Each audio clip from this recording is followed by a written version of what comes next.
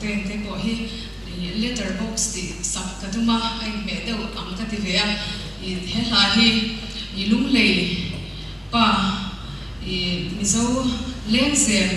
la phwa masaber tu bol mi pudur chom thu fa pa doctor thanjama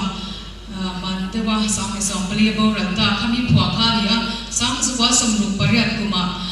a phwa ni a chuan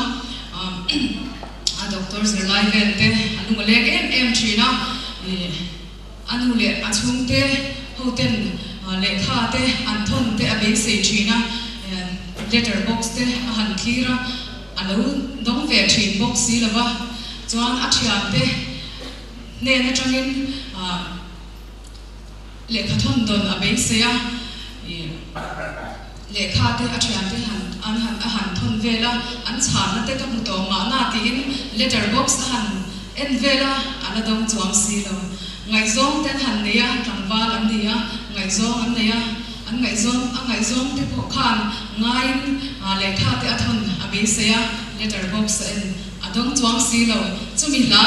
vel chu nia kan sa nge